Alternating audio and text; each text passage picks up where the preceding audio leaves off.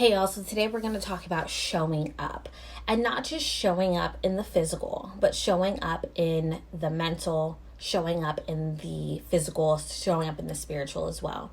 Oftentimes we feel overwhelmed. We feel like we can't hear God's word. We feel that we're seeking clarity, but I am still so confused. And so we literally shut down and sometimes even get into a depressive state because of that.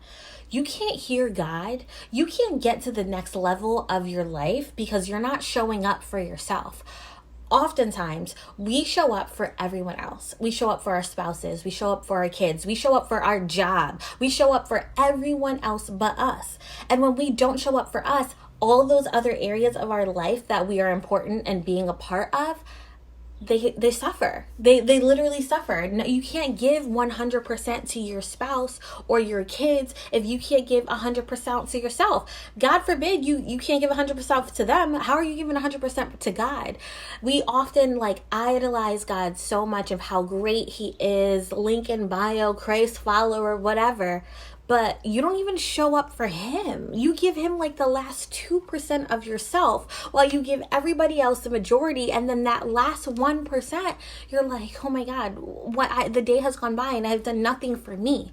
You have to show up for yourself. You have to make intentional time. This is an actual action that has to be learned, that has to be practiced. It's like a muscle. You have to keep working it. If you do not, you will suffer.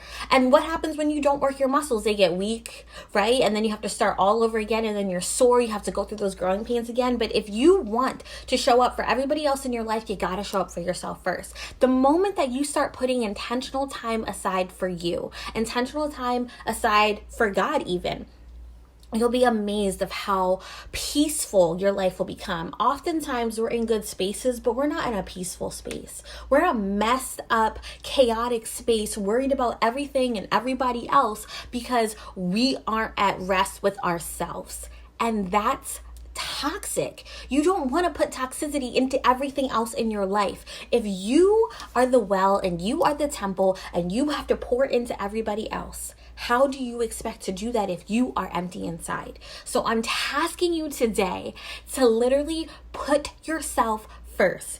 Your kids can continue to bang on that bathroom door. Your husband can continue to ask you for a million other things. Your job can demand for you to do it right now. But you know what?